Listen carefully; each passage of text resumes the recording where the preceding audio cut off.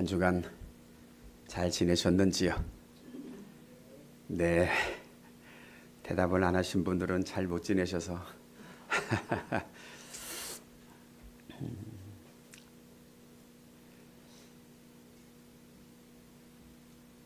우리의 눈에 보이는 또 현실에 있어서는 어떻게 먹고 살지 이런 것들이 우리에게 가장 큰 질문이기도 하고 과제이기도 합니다. 그러나 이것을 좀 더 깊이 들어가면 사실은 우리 모두는 이런 생각이 들 것입니다. 나이가 누군지, 어떻게 살아야 되는지, 특별히 신앙생활하는 우리들에게는 그런 질문이 생기지 않을까요? 하나님이 내게 무엇을 원하시는지, 하나님은 내가 어떻게 살기를 원하셔서 나를 이 땅의 생명으로 창조하셨는지 라는 질문. 최근에 느헤미야서를 묵상하면서 느헤미야는 페르시아 왕의 고위 관리로서 혼자 편안하게 살 수 있었습니다. 아무 부족함 없이. 그런데 왜 그는 하나님 금식하며 눈물 흘리며 기도하기를 왕에게 은혜를 입게 하옵소서 기도하고 은혜를 입어서 술관원이 됩니다. 왕이 철저하게 신뢰하는 사람이 되는 거죠. 최측근이 되는 거예요. 그런데 그게 목적이 아니었습니다. 왕의 최측근이 되고 왕으로부터 신뢰를 얻은 뒤에 왕에게 요구를 해서 예루살렘에 돌아가기 원했고 예루살렘 무너진 성벽을 건축하려고 하는 것이 느헤미야의 큰 그림이었습니다. 그것을 오늘날로 바꾼다면 눈을 감아도 눈을 떠도 앉으나 서나 살아있고 숨쉬는 한 내 마음속에서 지워지지 않는 강한 소원, 강한 열정, 그것이 아마 느헤미야에게는 고국에 대한 예루살렘 성벽이 무너지고 성문은 불에 탔고 그래서 이웃나라에게 수치와 능욕을 당하고 있다는 이 사실 앞에 견딜 수 없었던 거지. 우리나라도 일제시대 때에 돈이 많았던 사람, 자기 재산 전 재산을 팔아서 독립군 그 자금으로 사용하고 있는 그런 사람들을 보게 되죠. 어떤 사람들은 자기 잘 살기 위해서 그저 고국을 배반하고 일제에 붙어서 편안하게 살려고 하는 사람도 있습니다. 그럼 우리의 질문은 하나님은 나 개인에게 무엇을 원하실까? 또 이걸 확대하면 하나님은 온 인류에게 기대하시는 것은 무엇일까? 라는 질문일 것입니다. 우리 본문 속에서도 이러한 커다란 질문에 대한 답이 기록되고 있습니다. 한마디로 표현하면 하나님은 노아와 그 아들들에게 복을 주셨습니다. 그럼 우리가 생각하는 복은 일하지 않아도 먹고 살고 가끔 예전에 그런 얘기 했던 것이 있습니다. 한 남자가 한 여자를 만나서 나는 이렇게 살고 싶은 게 꿈이야. 어떻게? 셔터맨으로. 아시죠? 아내가 좋은 직장에 있어서 아내 직장의 문을 열어주고 그 다음에 놀다가 닫아주고 그렇게 살고 싶다는 거죠. 그게 복일까? 오늘 성경 속에서 하나님은 노아와 그 아들들에게 복을 주셨습니다. 그런데 복을 주시면서 이렇게 말씀하시네요. 그들에게 이르시되 생육하고 번성하여 땅에 충만하라. 그러면 복 따로 생육 번성 따로일까? 라는 질문을 한다면 아니죠. 생육하고 번성하는 것이 하나님께서 노아와 그 아들들에게 주시는 복입니다. 오늘 본문은 7절에서도 똑같이 반복하고 있습니다. 이런 말씀이 우리는 앞부분에서 창세기 속에서 어디에서 있었죠? 기억나시나요? 창세기 1장에서 26절 이후에 하나님이 사람에게 복을 주시며 하나님의 계획이죠. 우리가 우리의 형상대로 사람을 만들자. 그리고 그들에게 복을 주자. 그러면서 생육하고 번성하여 땅에 충만하게 하자라고 말씀하셨습니다. 그런데 우리가 아는 것처럼 이들이 숫자가 많아지면 많아질수록 그들이 생각하고 계획했던 것은 악함이었습니다. 그 악은 뭐일까요? 남의 것을 도둑질하는 것도 악이지만 성경 속에서 제일 악을 말씀하고 있는 것은 뭐냐면 하나님을 거역하는 겁니다. 또 창조주 하나님을 피조물인 인간이 하나님 앞에 저항하고 대항하는 거예요. 잠언에서처럼 종은 선택권이 없습니다. 그런데 하나님께서 권한을 주셨지요. 모든 만물을 다스리라.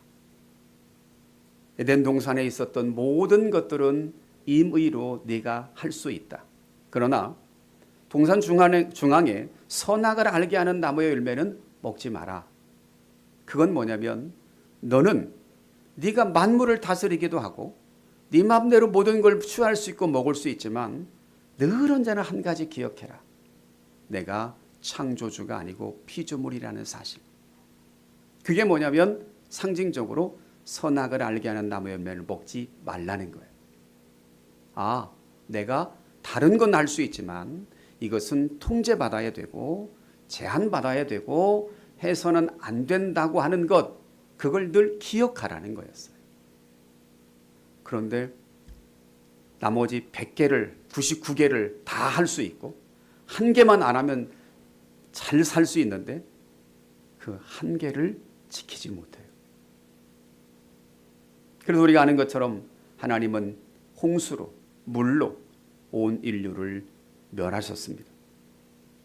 그럼에도 불구하고 하나님은 노아와 그의 가족들, 또 정결한 짐승, 부정한 짐승, 하나님께서 첫 창조 때 만들어졌던 모든 만물의 종류대로 그들을 방주에 들이시고 살리셨습니다.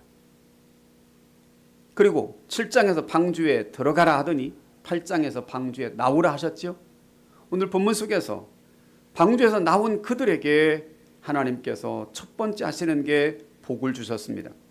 그리고 생육하고 번성하여 땅에 충만하라 라고 말씀하셨습니다. 2절 말씀을 볼까요?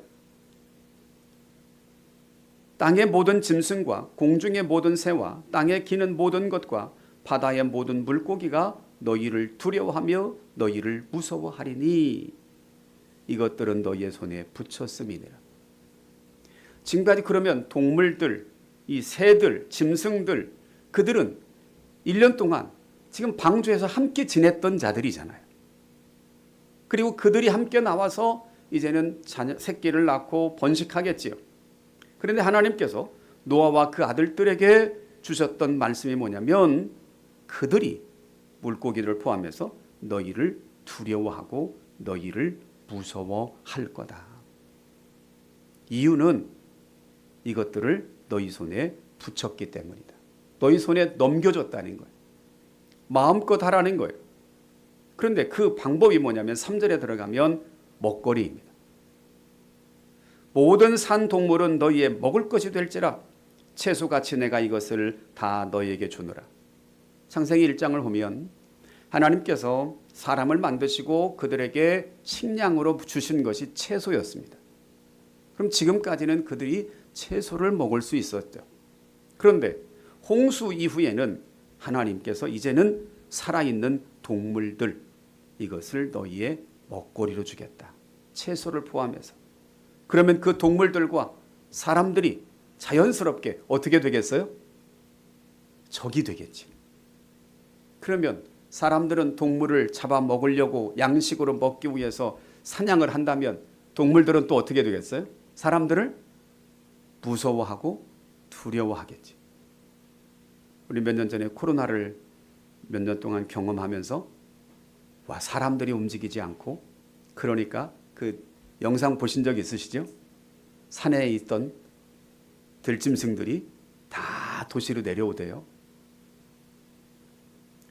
개천이 썩어서 사람들이 버렸던 폐물로, 노폐물로 인해서 물고기들이 없었는데 공장들이 멈추니까 갑자기 그 냇가에 개천에 고기들이 생기더라고요. 오늘 본문 속에서는 살아있는 동물을 노아와 그 아들들 후손들에게 먹을거리, 양식으로 주었습니다. 그러다 보니까 짐승, 공중의 새, 땅에 기는 것, 바다의 모든 물고기 이들이 사람들, 너희를 두려워하고 무서워하겠다. 너희의 손에 붙였기 때문이다 라고 말씀하십니다. 그러면서 창세기 2장에서 동산 중앙에 있는 나무의 열매는 먹지 마라 그러신 것처럼 해서는 안 될 일이 있네요. 4절. 그러나 고기를 그 생명되는 피채 먹지 말 것이니라.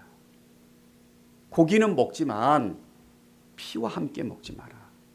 왜요? 피는 생명이기 때문이다 라고 말씀합니다. 이런 말씀들은 레위기 17장에도 기록이 되어져 있는데요. 고기는 먹어라. 그런데 피채 먹지 마라. 그러면 이런 말씀들을 오늘날 우리에게 어떻게 이해를 하고 적용을 해야 될까요? 선짓국, 해장국 먹지 말아야 되나요? 먹으면 하나님 말씀을 어기는 건가요? 우리는 신약성경을 통해서 또 구약성경을 포함해서 하나님께서 기록하시고 말씀하신 문자, 그것보다 중요하지요. 그러나 이것보다 더 중요하고 근본적인 건 뭘까요? 이 말씀을 하신 하나님의 마음입니다. 이 말씀을 언어로 표현하고 글로 기록하고 활자화시킨 하나님의 뜻입니다. 그게 더 중요합니다.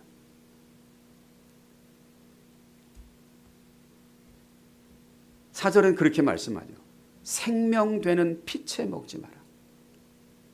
고기는 먹지만 생명이 되는 피, 생명의 상징이 피죠. 그래서 피채 먹지 말아라. 선악을 알게 하는 나무의 열매를 먹지 말아서 네가 피조물이고 하나님 앞에 순종해야 되고 복종해야 되고 여쭈어야 되는 그 위치, 질서를 기억해야 됐던 것처럼 고기는 먹지만 생명이 되는 피와 함께는 먹지 말아라. 즉 생명 존중 사상이지. 이런 표현들은 뒷부분에도 그대로 나와 있는 것을 보게 됩니다. 그래서 나는 내 생명이 하나님의 손에 있지라고 하는 것, 내가 마음껏 무엇인가를 생명을 놀이개로 취미로 즐겨서는 안 된다는 거죠. 5절 볼까요? 내가 반드시 너희의 피, 곧 너희의 생명의 피를 찾으리니. 즉 피를 흘리면 그 피값을 찾겠다는 거예요. 그러니까 창세기 4장에서 살인이라고 하는 것, 이런 모습들이죠. 그럼 살인은 왜 해요? 그 사람이 내 마음에 들지 않기 때문이죠. 나와 다르기 때문이죠. 경쟁하기 때문이고 그를 없애야 내가 산다라고 착각하기 때문이죠. 그래서 5절은 내가 반드시입니다. 창세기 2장에서도 이것을 먹는 날에는 반드시 죽으리라 라고 말씀하셨던 것처럼 내가 반드시 너희의 피, 곧 너희의 생명의 피를 찾겠다. 대상을 보면 짐승이면 그 짐승에게서, 사람이나 사람의 형제면 그에게서 그의 생명을 찾겠다라고 말씀하십니다. 즉 생명은 생명의 주인이신 하나님만이 모든 것들을 주관하실 수 있지, 우리의 감정, 우리의 경쟁, 우리의 욕심, 우리의 탐욕, 이런 것들로 말미암아 생명이 되는 피채 먹거나 또 경쟁으로 인해서 그 사람을 죽이거나 그러면 안 된다는 거지. 우리는 도피성의 제도를 알고 있습니다. 죽일 만한 죄가 없는데 누군가를 내가 미워해서 죽이면 죽임 당한 가장 가까운 친척이 그 친척을 죽인 사람을 원수 갚아야 돼요. 그것이 바로 고엘입니다. 기업물음이고 대속이고 구속입니다. 그래서 원수를 갚아줘야 되는 거예요. 그래서 의도하지 않게 내가 누군가를 살해했다면 살해당한 가장 가까운 친척으로부터 내가 죽임당할 수 있으니 가장 가까운 도피성으로 피난하는 겁니다. 그리고 공정한 재판과 조사를 통해서 이 사람은 정말 의도하지 않게 사람을 죽인 거다. 그러니 없었던 일로 할 수 없지만 제한된 삶 도피성에서만 살아라 라고 하는 거지. 그래서 원수 갚아야 되는 그 사람도 구속자도 도피성까지 들어와서 그 사람을 죽일 수는 없다라고 성경은 우리들에게 말씀해 주십니다. 오늘 본문도 마찬가지입니다. 생명되는 피와 함께는 먹지 말아라. 왜냐하면 너희의 피, 생명의 피를 하나님께서 반드시 찾겠다라고 말씀하고 계십니다. 이런 말씀들은 사실 하나님께서 의도하신 것이 어떤 것인 것과 관계가 있는데요. 이런 모습들은 서로 경쟁하고 서로 미워하고 서로 저 사람을 죽여야 내가 산다라고 생각하는 모습이죠. 그러다 보니까 사람들에게는 여유가 없어요. 그러나 하나님께서 의도하신 세상은 어떤 세상일까요? 협력하고 사랑하고 돕고 함께 살고 함께 기뻐하고 함께 웃고 함께 우는 그런 세상이죠. 오늘날 우리의 현실도 그러지 않나요? 여러 명의 자녀를 둔 부모가 있다면 부모가 숨지기 전에 기대하고 소망하는 게 있다면 형제들이 의좋게 사이좋게 서로 협력하며 도우며 살아가는 것일 겁니다. 창조주 하나님도 하나님의 자녀인 우리들이 서로를 배려하고 서로 기다리고 서로 협력하고 나누고 사랑하는 그 모습을 기대하지 기회만 되면 알력다툼하고 기회만 되면 미워하고 기회만 되면 내가 그보다 높아지려고 하고 높아지려고 하다 보니까 상대방을 어떻게 해요? 깎아내리고 안 좋은 거 들추어내고 이런 일들이 너무 많은 거죠. 오늘 본문 속에서도 생명의 피를 찾겠다고 하는 것은 하나님께서 의도하신 것과는 전혀 거리가 먼 모습입니다. 왜? 남의 생명을 자기가 취하기 때문이죠. 6절도 보면 이렇게 말씀합니다. 다른 사람의 피를 흘리면 그 사람의 피도 흘릴 것이다. 내가 누군가에게 다른 사람의 피를 흘렸으면 그 사람도 피를 흘림 당할 거라는 겁니다. 이는 왜 그러냐면 하나님이 자기 형상대로 사람을 지으셨기 때문이다. 하나님의 형상대로 사람을 지었어요. 그러면 하나님이 의도하신 사람의 하나님의 형상대로 지음받은 사람은 서로 미워하고 원수로 행하고 갈등하고 경쟁하고 생명을 취하고 그런 관계가 아니라 서로 협력의 관계죠. 창세기에 보면 하나님께서 남자를 지으셨어요.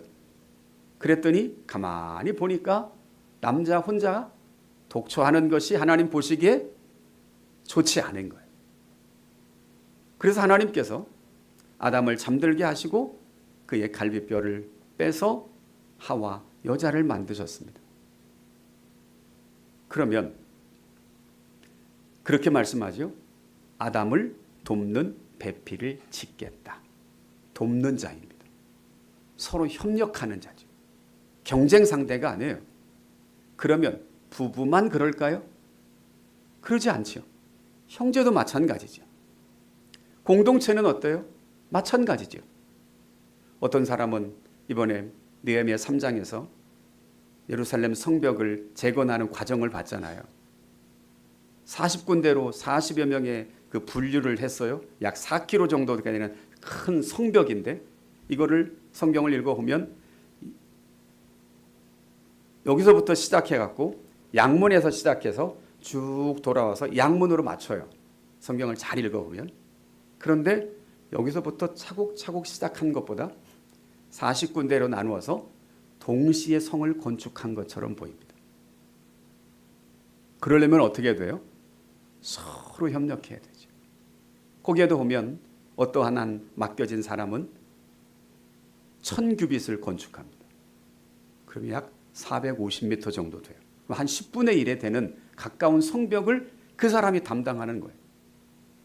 오늘날도 그렇죠. 어떤 사람은 세금을 많이 내고 어떤 사람은 안 내면서 혜택도 받고, 그게 공동체죠. 우리 교회도 마찬가지입니다. 어떤 사람은 더 많이 기도하고 더 많이 봉사하고 더 수고하고 교회 공동체를 위해서 늘 염려도 하고, 어떤 사람은 그러한 은혜 가운데 나 혼자 신앙생활하기도 힘든 경우도 있을 수도 있고, 그러나 모든 일들은 공동체죠. 그렇다고 해서 서로 경쟁하는 게 아니라 내가 누군가를 도울 수 있음에 감사하고 또 도움 받을 수 있음에 감사하고 서로 감사하고 고맙다고 소중하다고 귀하다고 서로를 격려하고 인정하는 것, 그게 바로 하나님께서 하나님의 형상대로 지으신 사람의 모습입니다. 그래서 한문도 보면 사람 인자가 서로 기대게 돼 있잖아요. 참 의미 있게 잘 만들었죠. 하나님께서 하나님의 형상대로 사람을 지으신 모습이 바로 그거예요.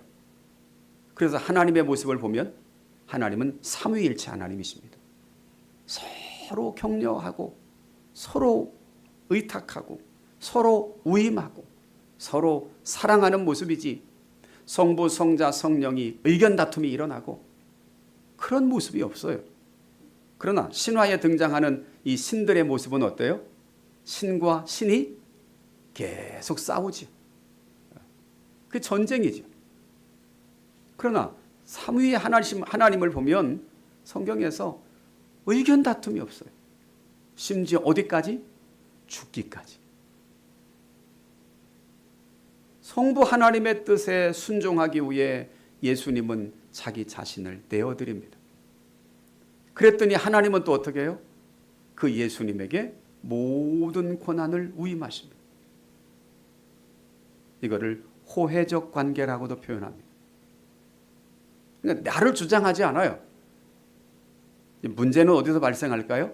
우리 인간관계 속에서도 나는 누군가에게 은혜를 베풀었는데 은혜가 돌거나 나에게 돌아오지 않고 거기서 머물러 버리고 멈춰버려요. 그러면 은혜 베풀었던 사람은 이게 나만 손해네? 그리고 어느 날 멈춰버릴 수도 있어요. 그러면 그 다음부터는 경쟁이 되고 미움이 되고 갈등이 돼요. 그러나 그 은혜가 돌고 돌아서 또 나에게 오면 하나님이 이렇게 살라고 하셨구나. 그래서 모두가 다 행복하고 즐겁게 살아갈 수 있다는 겁니다. 지금도 마찬가지죠. 지금도 약 통계적으로는 30억의 사람들이 굶주림에 허덕이고 있습니다. 그러나 학자들은 말한다고 합니다. 지금 지구에서 농사 지어서 먹고 살고 배고프지 않고 굶주리지 않고 살 수 있는 지구 안의 인구가 지금보다 훨씬 더 많아도 된다는 거예요. 그런데 지금 한 80억 인구 중에 절반에 가까운 30억이 다 굶주리는 거죠. 이유는 뭘까요? 어느 곳은 배불러서 다 썩혀서 버리고 어느 곳은 이 음식이 그들에게 전달되지 않으니까 굶주리는 거예요. 함께 살 수 있는데, 함께 행복할 수 있는데, 함께 즐거워할 수 있는데 불안한 거죠. 저 사람이 잘 살면 내가 못 살 것 같으니까. 저 자신에게도 믿음이 부족할 때 돌아보면 그 불안감입니다. 그런데 현 시점에서 과거를 회상해 보면 하나님이 살려주셨거든요. 하나님이 먹이셨거든요. 그런데 당장 어떤 때는 불안해요. 그때 우리들에게 필요한 건 뭘까요? 믿음이죠. 과거를 돌아보면서 하나님이 그때도 살려주셨지. 그때도 먹여주셨지. 그때도 위기를 극복하게 해주셨지. 견디게 해주셨지. 버티게 해주셨지. 이번에도 하나님께서 그렇게 해주실 거야.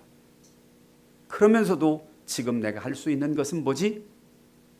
말씀을 읽고 기도를 하며 내가 할 수 있는 순종을 하고 일을 할 때 우리 안에 놀라운 것은 마음에 담대함이 생깁니다. 그러면서 이겨나가는 거거든요. 하나님의 형상대로 사람을 지으셨어요. 남의 생명을 취하고 그에게 해를 끼치고 나만 잘 먹고 잘 산다고 하나님은 그런 모습으로 만들지 않으셨다는 겁니다.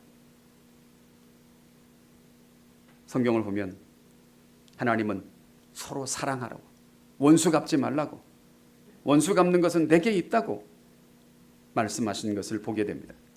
우리 한번 성경을 한 번만 찾아볼까요? 마태복음 5장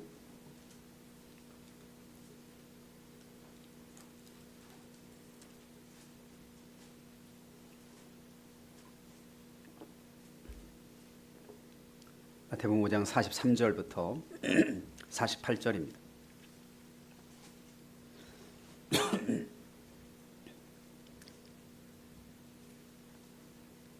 마태복음 5장 43절로 48절. 또 내 이웃을 사랑하고 네 원수를 미워하라 하였다는 것을 너희가 들었으나, 이게 이제 구약 성경의 율법입니다. 나는 너에게 이르노니 너희 원수를 사랑하며 너희를 박해하는 자를 위하여 기도하라. 이같이 한즉 하늘에 계신 너희 아버지의 아들이 되리니, 오늘날로 표현하면 이같이 한즉 구원받으리니 라고 말할 수도 있습니다. 이는 하나님이 그 해를 악인과 선인에게 비추시며 비를 의로운 자와 불의한 자에게 내려주심이라. 하나님은 악인과 선인에게 똑같이 기회를 주시고 빛을 비춰주신다는 거예요. 하나님의 마음으로 그들에게도 너희는 원수처럼 느껴지지만 그들을 위하여 기도하라 라고 말씀하시는 거예요. 너희가 너희를 사랑하는 자를 사랑하면 무슨 상이 있으리요? 세리도 이같이 아니하느냐. 나에게 잘해주는 사람한테 잘해주는 거 누구나가 다 한다는 거예요. 심지어 짐승도 해요. 짐승도 자기에게 잘해주는 사람에게 잘해줘요. 말 잘 들어요. 악인으로 여겨졌던 세리도 이같이 아니하느냐. 그러나 제자는 달라야 된다는 거예요. 47절. 또 너희가 너희 형제에게만 무난하면 남보다 더하는 것이 무엇이냐. 이방인들도 이같이 아니하느냐. 예수 안 믿는 사람도 이 정도는 다 한다. 그러면 예수님을 따라가고 제자로서 하나님의 자녀로서 살아가는 사람들은 그들보다 나아야 된다. 바리새인과 서기관보다 너희 의가 훨씬 나아야 된다 라고 말씀하시는 거죠. 이방인보다, 세리보다 그 사람들이 하는 만큼 해서는 안 된다. 48절. 그러므로 하늘에 계신 너희 아버지의 온전하심과 같이 너희도 온전하라. 어떻게? 선인과 악인에게 빛을 비추어 주시는 하나님처럼 원수라 할지라도 그들을 위해서 기도해라. 그게 아버지의 자녀들의 삶의 태도이다. 누가 이거 어떻게 해? 힘들지요. 근데 언제 가능해요? 내 생각이 없을 때입니다. 신명기 30장에서처럼 하나님의 말씀을 지킬 수 있다 없다? 있다라고 말씀하십니다. 내가 지키기 싫은 거지요. 지킬 수 있느니라 말씀하십니다. 내 생각과 동의가 되지 않아서 그렇지 하나님은 말씀하세요. 우리가 지킬 수 있다라고요. 오늘도 48절에 말씀합니다. 하늘에 계신 너희 아버지의 온전하심과 같이 너희도 온전하라.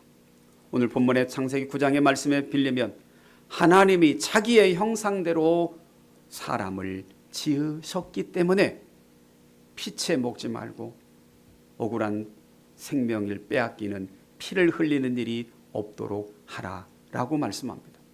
그러면서 말씀하시네요. 너희는 생육하고 번성하여 땅에 가득하여 그 중에서 번성하라. 그러면 하나님이 기대하시고 원하시는 사람들은 어떤 사람들이에요?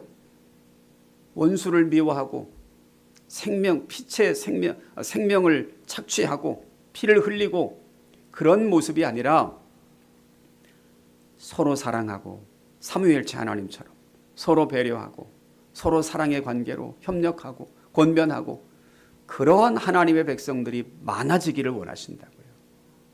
생육하고 번성하라는 말씀은 단순히 숫자가 많아지는 것을 원하시는 게 아닙니다. 하나님을 사랑하고 하나님의 말씀에 순종하고 서로 사랑하고 서로 섬기고 서로 배려하고 그래서 가정 안에 개인 안에 공동체 안에 하나님의 영광 하나님의 임재 하나님의 하나됨의 형상이 이루어지는 일 그런 일들로 많아지기를 원한다는 사실입니다.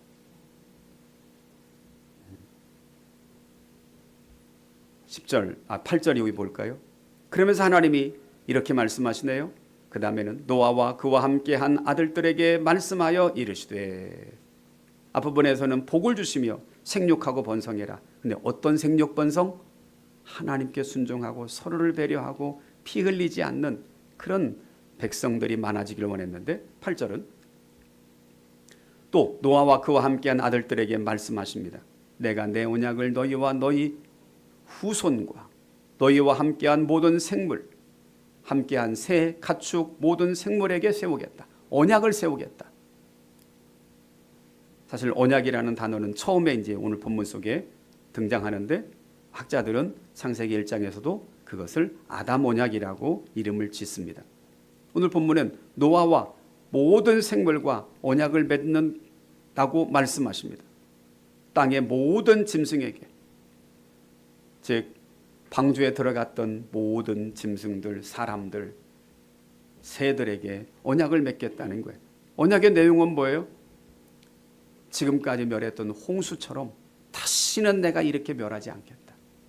전체적으로 다 멸하는 일이 없겠다. 그게 바로 언약, 약속입니다. 그러면서 11절을 보면 내가 너희와 언약을 세우리니 다시는 모든 생물이에요. 일시적으로 다 진멸하는 생물을 홍수로 멸하지 아니할 거다. 땅을 멸할 홍수가 다시는 있지 않을 거다. 그러면서 이렇게 말씀하시죠. 하나님이 이르시되 내가 나와 너희와 및 너희와 함께하는 모든 생물 사이에 대대로 영원히 세우는 언약. 그러니까 일시적으로 그 이후의 세대들은 나와 상관없어 이게 아니고 영원히 세우는 언약입니다. 그 후손 대대로. 근데 증거가 있습니다. 언약의 증거. 그럼 후손 대대로도 그 증거를 통해 알아야 되겠지요. 그게 뭘까? 13절 한마디로 표현하면 무지개입니다. 이 무지개라고 하는 단어는 말 그대로는 활이라는 단어입니다. 활이 이렇게 휘어졌잖아요. 무지개 보면 멀리서도 보면 이렇게 둥그스름하게 휘어지죠. 그 무지개 그것이 바로 증거가 된다라고 말씀하십니다. 이것이 나와 세상 사이의 언약의 증거다. 그게 언약을 맺는데 증거가 바로 그게 무지개다. 그래서 오늘날도 이런 일들은 늘 언제나 비운 뒤에 생기는 것을 보게 되는데요. 14절 보면 내가 구름으로 땅을 덮을 때에 무지개가 구름 속에 나타나면 자, 노아는 이런 홍수를 경험하고 나서 이렇게 날씨가 어두컴컴해지고 구름이 몰려오면 어땠을까요? 무서웠겠죠. 저도 어렸을 때 홍수를 경험하는데요.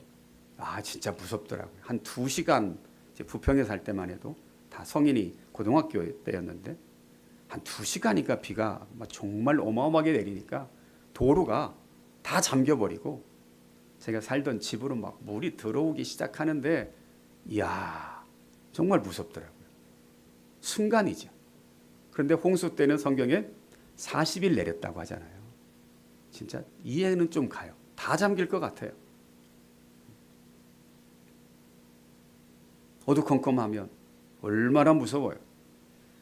제가 가끔 김포대교를 지나서 부평을 꽃꽂이 하러 갈 때 비가 많이 온 뒤에 막 물이 이게 범람하면 순간순간 좀 겁납니다.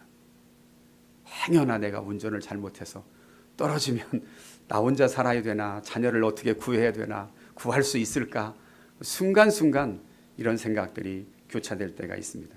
그래서 가끔 말하죠. 수영을 너 혼자 살 정도는 배워라. 구름 속에 두었다. 내 무지개를.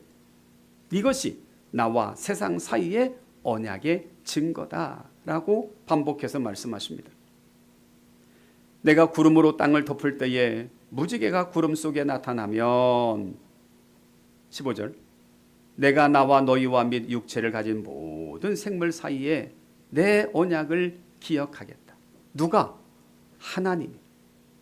하나님이 그 무지개를 통해 하나님이 세웠던 언약을 하나님이 기억하시겠다는 거예요. 그래서 어떻게 해요? 다시는 물이 모든 육체를 멸하는 홍수가 되지 않게 하겠다.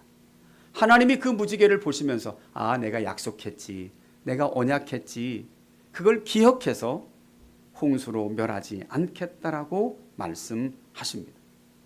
16절 무지개가 구름 사이에 있으리니 내가 보고, 하나님이 보고 나 하나님과 모든 육체를 가진 땅의 모든 생물 사이에 영원한 언약. 그 이후로 지금까지도 이 언약은 그래서 어떻게 해요? 유효하지. 영원한 언약이기 때문에 이 언약을 하나님이 보시고 무지개를 보고 기억하겠다라고 말씀하고 계십니다. 17절 하나님이 노아에게 또 이르시되 내가 나와 땅에 있는 모든 생물 사이에 세운 언약의 증거, 그게 무지개다, 이거다 라고 말씀하십니다. 그러면 오늘을 살아가는 우리들은 이런 사실들을 통해서 첫 번째 느낄 수 있는 건 하나님의 한없는 사랑입니다. 하나님이 창조도 하시고 하나님이 멸하기도 하시지만 또 하나님께서 그들을 구원하기도 하시고 창세기 1장에서 계획하셨던 일들이 오늘 9장에서 계획을 변경하시는 것이 아니라 똑같이 말씀하십니다. 생육하고 번성하여 땅에 충만하라고. 그러나 이 반복되면서 하나님 말씀하셨던 것은 단순한 숫자 많아짐이 아니라 순종하는 백성, 사랑하는 백성, 격려하는 백성, 배려하는 백성, 하나님처럼 삼위 하나님이 하나가 되시는 모습처럼 서로 배려하고 사랑하는 공동체, 하나님의 나라가 이 땅에 확장되어지기를 원하신다는 사실입니다. 그리고 그 모습이 오늘날 개인을 넘어 가정공동체, 특별히 교회 공동체가 되어야 된다는 사실이죠. 하나님은 무지개를 보면서 내가 이제 홍수를 통해서 모두를 멸하는 일은 없게 하겠다. 다시는. 그게 하나님의 스스로의 약속이고 언약이죠. 그러면 우리는 어때요? 우리는 무지개를 보면서 와, 예쁘다. 이것을 뛰어넘어서 하나님의 사랑, 하나님의 언약 기억하고 다시는 이런 심판이 없도록 하겠다고 하셨기 때문에 내 마음대로 살아도 돼. 이게 아니고 또다시 그런 심판이 있지 않도록 우리는 믿음으로 순종으로 사랑하며 살아야 되겠다라는 다짐의 시간이 되어야 될 줄로 믿습니다. 무지개라고 하는 이 동일한 이 현상 앞에 하나님은 다시는 내가 물로 멸하지 않아야지 기억하시는 거고, 우리는 그 말씀을, 그 무지개를 보면서 하나님으로부터 심판받는 대상이 되지 않도록 해야지 라는 다짐과 결심, 그래서 영원한 언약을 기억하고 상기하는 귀한 기회가 되어야 될 줄로 믿습니다.